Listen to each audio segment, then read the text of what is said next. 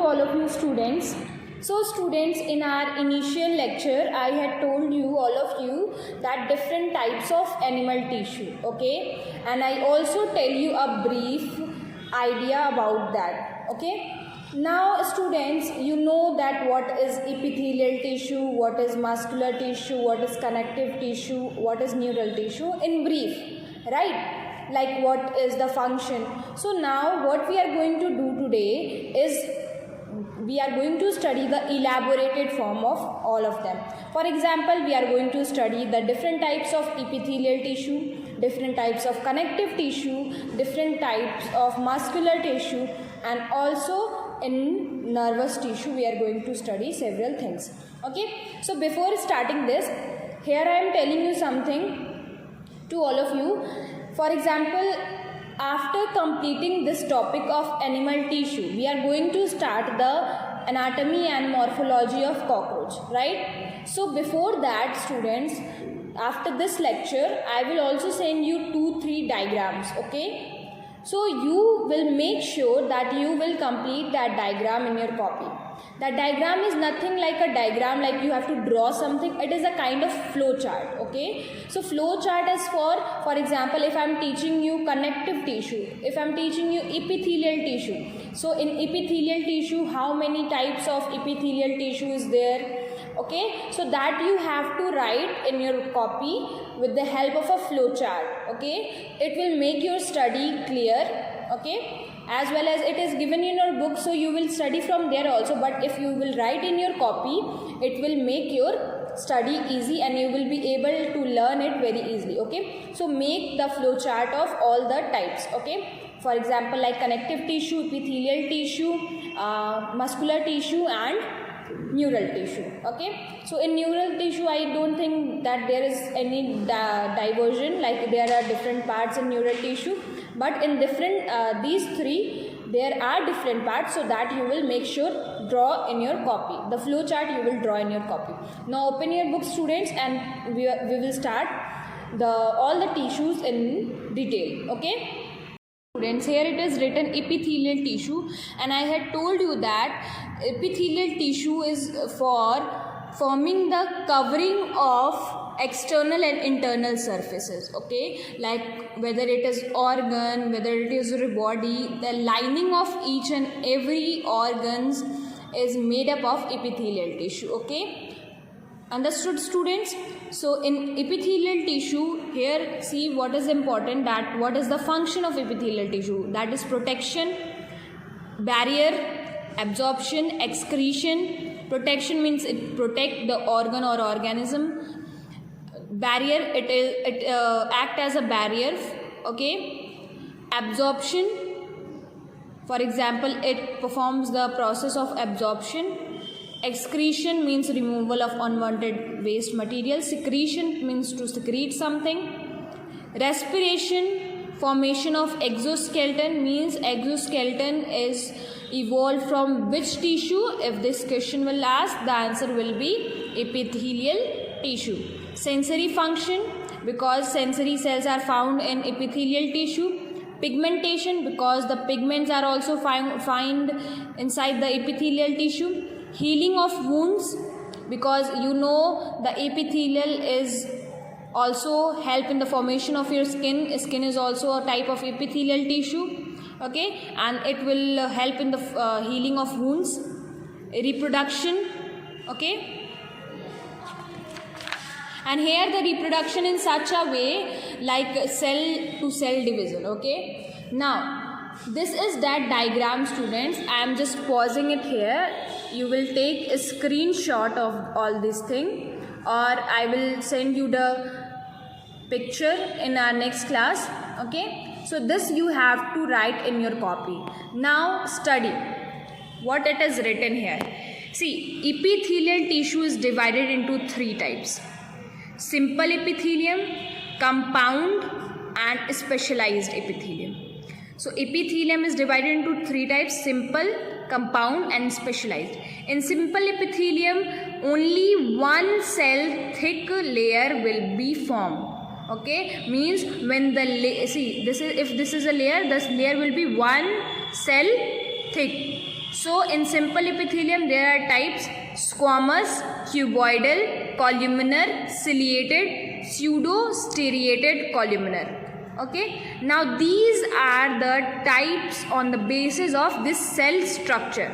If the cell structure is like this in structure, so that will be squamous. If cube-like in structure, then cuboidal. If column-like in structure, then columnar. If it is having cilia, then ciliated. In ciliated there is two types, columnar and cuboidal. Means if cilia is on column like cell, then it is a columnar ciliated epithelium. If the cilia is on cuboidal epithelium, then it is known as cuboidal ciliated epithelium. Now pseudo-striated columnar. So pseudo, whenever the word pseudo comes before any word, pseudo means false. Okay, so in pseudo there is non-ciliated and ciliated. So in this there are two types of epithelium, in which one on which there is no cilia and one on which there is a cilia. Now compound or striated epithelium. So here in simple epithelium only one layer, here will be two or more layer thick.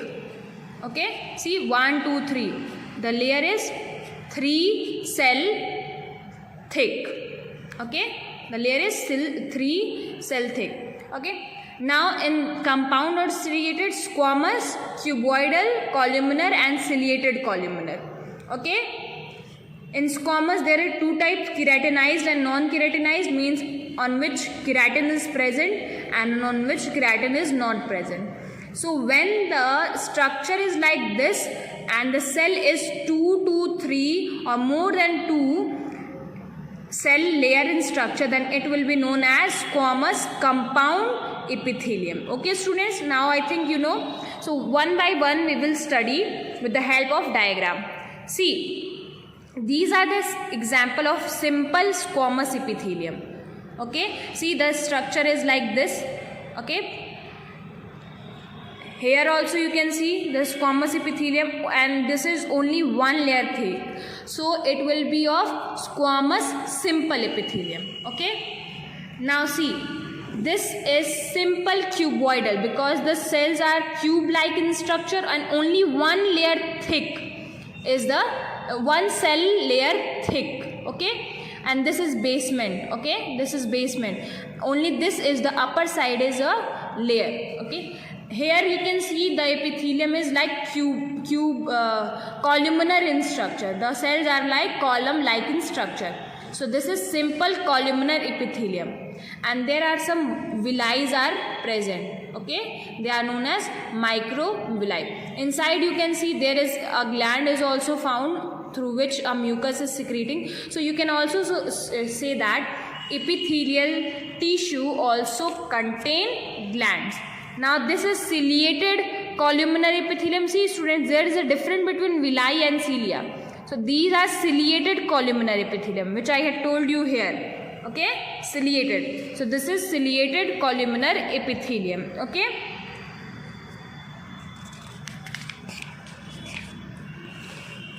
Now here you can see epithelial cells showing projection in the form of cilia, stereocilia and microvilli. See, this is microvilli, this is cilia, and this is stereocilia.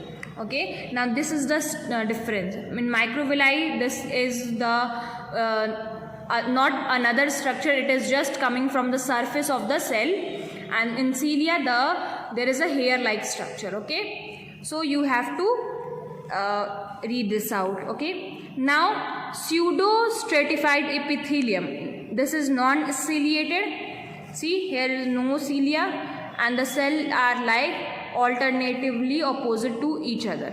Okay, now here you can see second one, the B1 is ciliated columnar. It is column like in structure. Okay, it is column like in structure.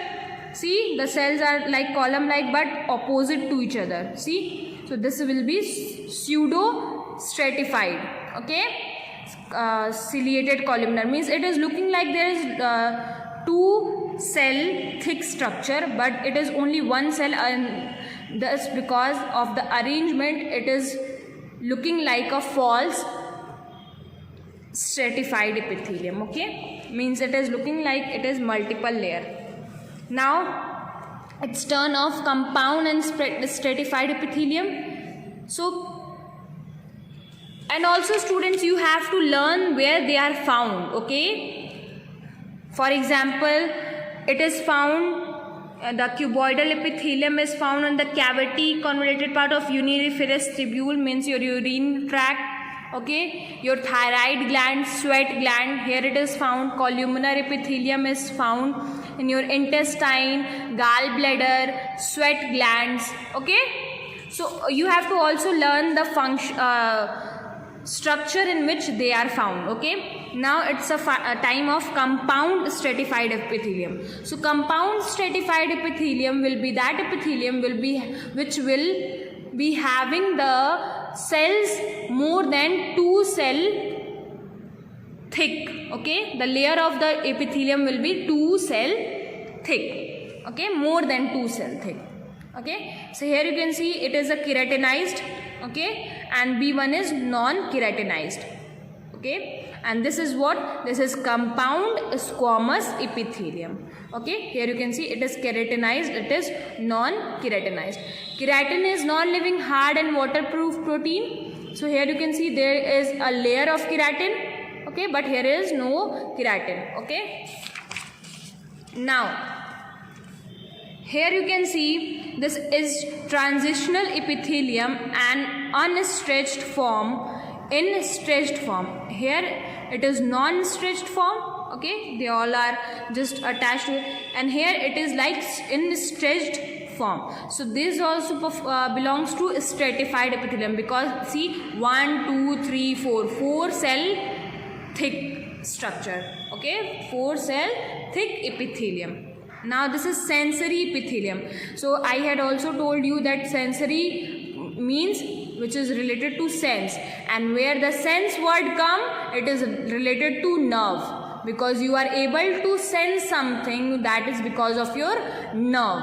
Okay, so the cells or the epithelium which is containing any sensory hairs or sensory receptors or neurosensory cells are known or comes into the category of sensory epithelium. So basically all the sensory or sensory epithelium found in your sense organs. Okay, now this is unicellular gland cells or goblet cells. So this comes into the category of glands. See here, the epithelium is performing the function of a gland because it contains a glandular structure. See, it is secreting mucus. So now in this structure, see, epithelium is a layer. Okay, but here the epithelium is also containing a gland. So now the epithelium will be known as glandular epithelium. Okay, now here you can see how the epithelium will be helpful in the formation of different glands. See, this is simple tubular. Okay, so this, the structure is showing the structure of epithelium. See the lining. Okay, this is simple coiled tubular. This is tubular. This is simple coiled. Simple branch tubular. Compound branch tubular. This is simple alveolar. This is alveolar, like this you know that will found inside your respiratory system. Now simple branched alveolar, it is also found in your respiratory system. Compound branch alveolar gland, compound tubular alveolar gland. Okay, now see, on the basis of secretion, okay, how they secrete. So here you can see there are three different types. Okay, apocrine, epicrine or merocrine. Okay, holocrine, apocrine, epicrine. In holocrine, whole cell is secreting something. In epicrine, a part of cell is releasing out, and see the cell is remain here, only the secretion is coming out. So it is a type of secretion by the epithelial cells. Okay, now what is the difference between exocrine and endocrine glands? You know students, now there are two types of gland, endocrine and exocrine. So exocrines are those glands which is having the tube with the help of that tube, they secrete their secretion to the targeted organ or cells. But endocrine glands secretes their secretion inside the blood, and from blood they goes into different part. Okay students, so please revise till here and also learn the examples, or you can say that the function and where they are situated. Okay, from our next class we will study the connective tissue.